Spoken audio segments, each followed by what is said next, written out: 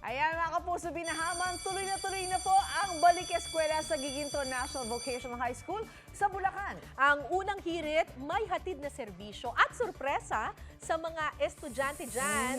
Suzy at Angie. Ina! Simulan na ang pamimigay ng sorpresa. Yes! Go! Hello, good morning!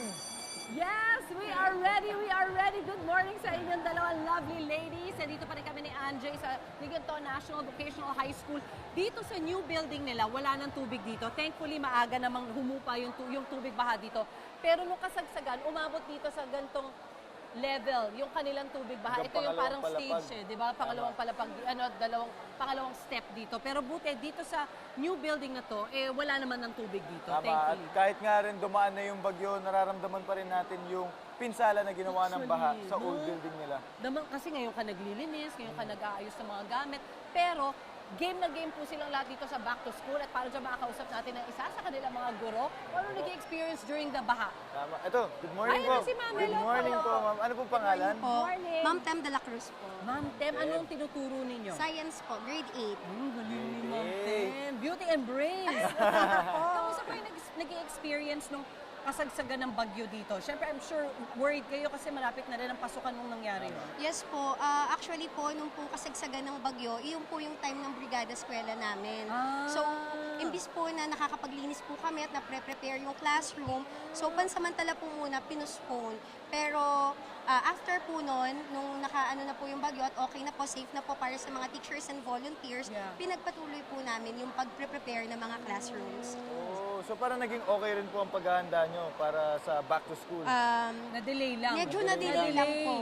Na-kontian yung time nila kasi hindi kayo nag-move ng opening ng Yes school po. ng Yes classes. po.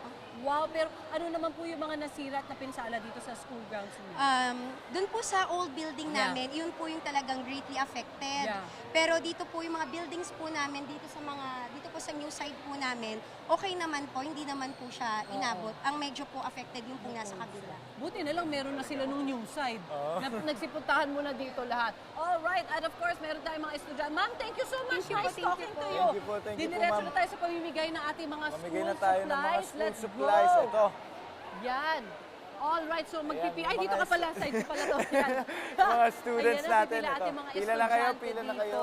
Ayan. Ano ba ang laman nitong ating Ito, meron pinamimigay? tayong mga binibigay na mga notebooks, mga pad paper, may crayons, at maraming salamat sa Kengwa paper products para sa mga school supplies na binibigay Thank sa you so mga much. Alam mo, students. na-excite kami ni Angie kasi ang tagal na namin walang pad paper. Di ba? Ayan, tama, ngayon lang din ako nakita ulit ng Di pad ba? paper. Ito naman para sa baunan nila, meron tayo ditong file attache case, meron tayong baunan tsaka tubigan.